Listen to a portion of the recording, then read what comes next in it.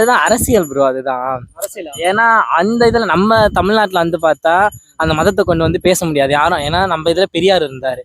So அதனால மதம் most of ஜாதியை இங்க பேச மாட்டாங்க. ஆனா வட இந்தியாவில் பார்த்தா வந்து அதிகமா அந்த மதத்தை வச்சு மட்டும்தான் வந்து அரசியலே இருக்குமே. இவங்க ஹிந்து, இவங்க முஸ்லீம். தமிழ்நாட்டுல ஜாதி பத்தி பேச மாட்டாங்க சொல்றீங்களா?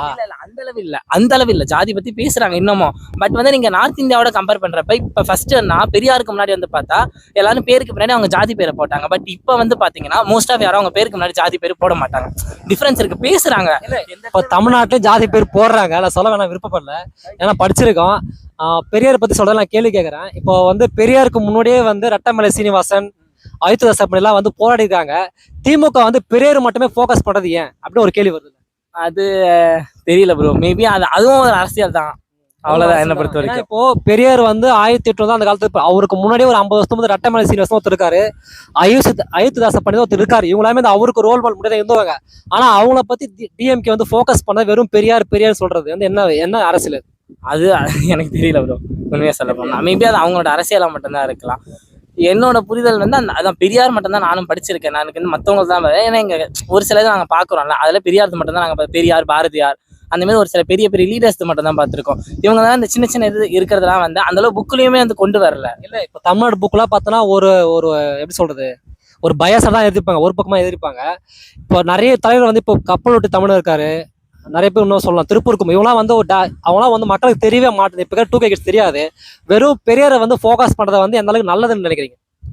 நல்லதுன்னு சொல்றதுக்கு பார்த்தா பெரியார் வந்து ஃபோக்கஸ் பண்ணதான் பார்த்தா அவர் அப்பயே வந்து மொத்தமா வந்து அந்த முன்னோருக்கு பார்வையா இருந்தாரு.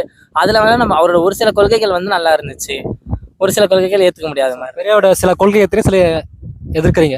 ஸோ இருக்கிறேன்னு சொல்ல முடியாது, நிறைய அக்செப்ட் பண்ண முடியும் சொல்ல முடியாது. ஒரு நிறைய கொள்கைகள் நம்ம ஏத்துக்கலாம். ஏன்னா அவரது அந்த சமபந்தி இதெல்லாம் வந்து எல்லாருமே பேசினாங்க. பட் இவர் மட்டும் தானே வந்து எம்பசைஸ் பண்ணாரு. இல்லையே, அவருக்கு முன்னே வந்து கன்னியாகுமரியில வைகுண்ட சாமிநாதர் இருக்காரு, சாமி தோப்பு போய் எடுத்து படிங்க போயிட்டு. அவர் வந்து இவருக்கு முன்னாடியே வந்து சமபந்தி போட்டிருக்காரு. அதையும் தாண்டி கடலூர்ல ராமலிங்கர் வந்து சமபந்தி உணவுக்காக வந்து பண்ணிருக்காரு. அப்படி வந்து பெரியாரை வந்து புக்கு படிச்சுட்டு எனக்கு கன்ஃபியூஸ். மேபி ஸோ நல்ல புக் வாங்கி படிங்க. இன்னொரு கேள்வி, 24 எலெக்ஷன் வந்தா தமிழ்நாட்டுல யாருக்கு ஓட் பண்ணுவீங்க? தமிழ்நாட்டிலயா? சொல்லுங்க, உங்க ஆனஸ்ட் வியூ தான். நல்ல கேள்வி. இப்போ போட்டதுக்கே போடலாமா, இல்ல புது கட்சி எதனா போடலாமா, இல்ல நாட்டை டெவலப் பண்ணணும்னு சொல்லிட்டு சில பேர் வராங்க இல்லையா, பிஜேபி, நாம் தமிழர், யாருக்கு போடுவீங்க?